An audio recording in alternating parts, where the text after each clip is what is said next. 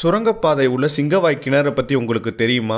நம்ம எல்லாரும் கங்கைகொண்ட சோழபுரம் கோயிலுக்கு போனால் அங்கே உள்ள சிங்கவாய் கிணறை கண்டிப்பாக வியந்து பார்ப்போம். இந்த சிங்கவாய் கிணத்துலேருந்து பக்கத்தில் உள்ள பெரிய கிணறுக்கு சுரங்கப்பாதை போகுதுன்னு சொல்லுவாங்க. அது மட்டும் இல்லாமல் அந்த பெரிய கிணறுலேருந்து தஞ்சை பெரிய கோயில் மற்றும் பல ஊர்களுக்கு சுரங்கப்பாதை போகுதுன்னு நிறைய மக்கள் சொல்லுவாங்க. இந்த பிரம்மாண்ட பெரிய கிணறு இப்போ தண்ணி இல்லாமல் சுத்தமாக வத்தி போயிருக்கு. இதில் தான் அந்த சுரங்கப்பாதையை நம்மளால பார்க்க முடியுது. இந்த கிணத்தோட பாதியில தான் அந்த சுரங்கப்பாதை இருக்கு. அதை உங்களால நல்லாவே பார்க்க முடியும். இந்த கிணறு முழுசா நிரம்பி இருக்கும் போது அந்த சுரங்கப்பாதை வழியா தான் சிங்கவாய் கிணறுக்கு தண்ணீர் போகும். நாங்களாம் சின்ன வயசா இருக்கும் போது இந்த கிணற ராஜா குளிக்கிற கிணறுனும் அந்த சிங்கவாய் கிணற ராணி குளிக்கிற கிணறுன்னு சொல்லுவாங்க. அப்படி அந்த கிணத்துக்கு போற சுரங்க வழியில பாத்தீங்கன்னா காற்று மற்றும் வெளிச்சம் போக ஒரு வழி ஏற்படுத்தி வச்சிருக்காங்க. அதுதான் மக்கள் இப்ப எல்லாருமே பார்த்துட்டு இருக்காங்க.